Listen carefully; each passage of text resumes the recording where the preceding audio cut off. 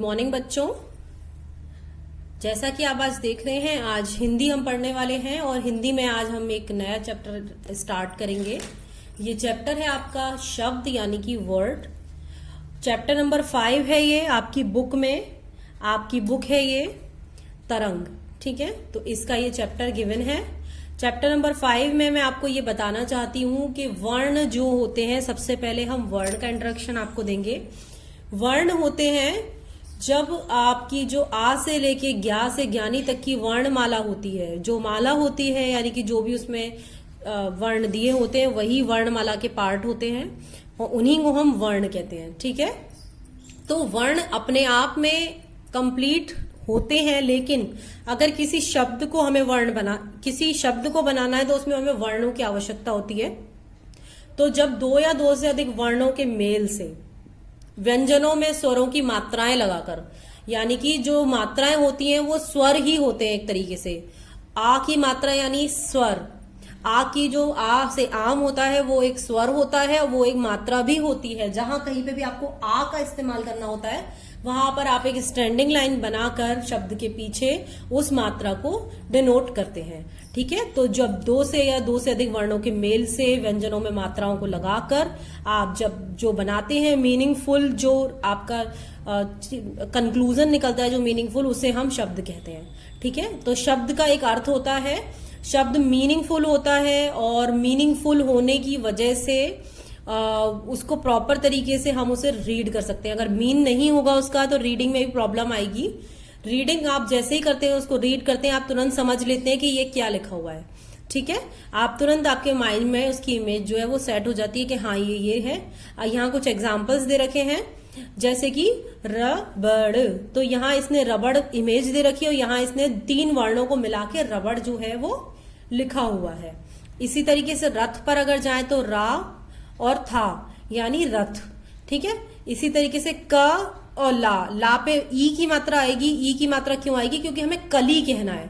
तो जब कली कहना है तो इसीलिए ई की मात्रा आ रही है कली, ठीक है। तो शब्द बनाते समय वर्णों का जो क्रम है यानी कि जो उनका स्थान है वो सही होना चाहिए। प्रॉपर प्लेस पे शब्द वर्ण लिखे होने चाहिए, तभी मीनिंगफुल वो वर्ड फॉर्म करते हैं।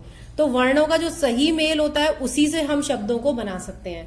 अब अगर वर्णों का हेर फेर कर दिया जाए यानी उन्हें गलत जगह पे लिख दिया जाए तो उसका कोई अर्थ नहीं रहेगा या फिर अर्थ बदल जाएगा। यहाँ पर अर्थ बदल जाएगा या अर्थ ना रहना, इसके एग्जाम्पल्स दिए गए हैं। बर्तन है ये, तो बर्तन, ठीक है। तो यहाँ आया बर्तन। अब ये आप इसको देखिए बतरन, यहाँ इसने इन दोनों के पोजीशन को इंटरचेंज कर दिया, यानी ता की जगह पे रा रख दिया, रा की जगह पे ता रख दिया है। तो ये हो गया बतरन। अब बतरन का कोई मतलब नहीं होता, इसलिए हमने इस पे क्रॉस लगा दिया, क्योंकि यहाँ लिखना है कि यहाँ पर ये इसका कोई मीन नहीं है, इसलिए इसे क्रॉस कर दिया। और ये मीनिंगफुल वर्ड है, इसमें सब सही जगह पे लिखा हुआ है, सारे वर्ण सही जगह पे लिखे हुए हैं, इसलिए हमने इस पे टिक का साइन लगा दिया है।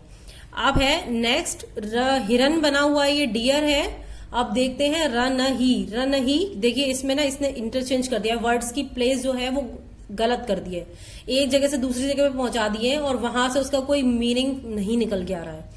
तो यहाँ पर ये नेक्स्ट है हिरन, यानी कि हिरन जो है वो आप देख पा रहे होंगे कि बिल्कुल सही लिखा है हिरन।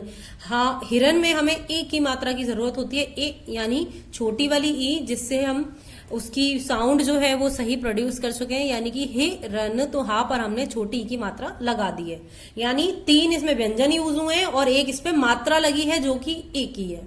तो ये 3 वर्ण और एक मात्रा, इसको मिलाकर हिरन बना है, ठीक है। अब आगे देख लेते हैं गुबला।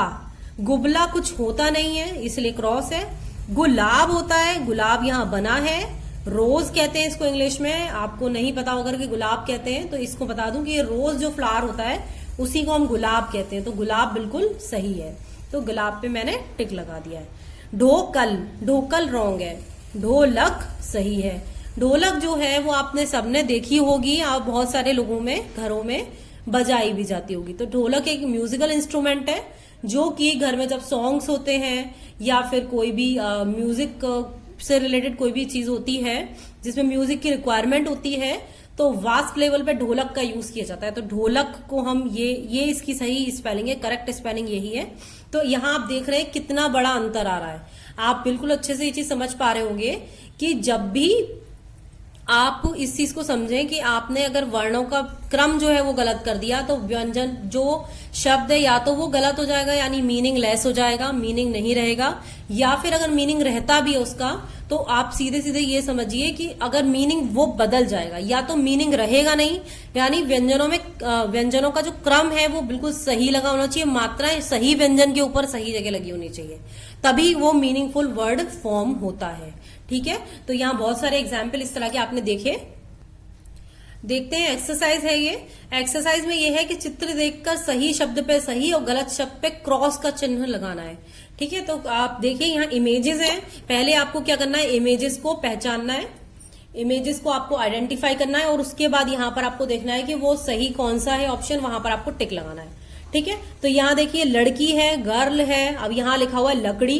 लकड़ी जो होती है वो वुड होती है, यहाँ वुड जैसी कोई भी चीज नहीं है, यहाँ है लड़की। यहाँ पर अगर एक वुड का पीस रखा होता तो हम यहाँ लकड़ी को टिक करते, लेकिन यहाँ एक इमेज है गर्ल की, लड़की की इमेज है, तो यहाँ हम लिखेंगे लड़की। ठीक है, समझ गए? तो ये आपका हो गया लड़की। नेक्स्ट है बकरी। बकरी बिल्कुल सही लिखा है, इस पर टिक लगा दिया गया है। रेस्ट जो है वो बारीक लिखा है, यानी इसको गलत कर दिया गया है, रॉन्ग है, ये क्रॉस लगा दिया गया है। आगे देखते हैं, अमरूद है, अमरूद, यानी पहले तो आ लिखा जाएगा, दोनों में पहले आ लिखा है, फिर मां लिखा जाएगा, अम, तो यहाँ इसमें मां लिखा है, यानी यही वाला करेक्ट होगा, ये रॉन्ग होगा क्योंकि इसमें रू पहले कर दिया, अरू, अरुमद कर दिया, अरुमद नहीं होता है, अमरूद होता है। ठीक है, नेक्स्ट देखते हैं ढोलक या ढोकल। अब देखिए ढोलक हमने अभी पहले भी किया हुआ है, अभी तुरंत से ढोलक कर चुके हैं, तो ढोलक, ढोलक आ गया।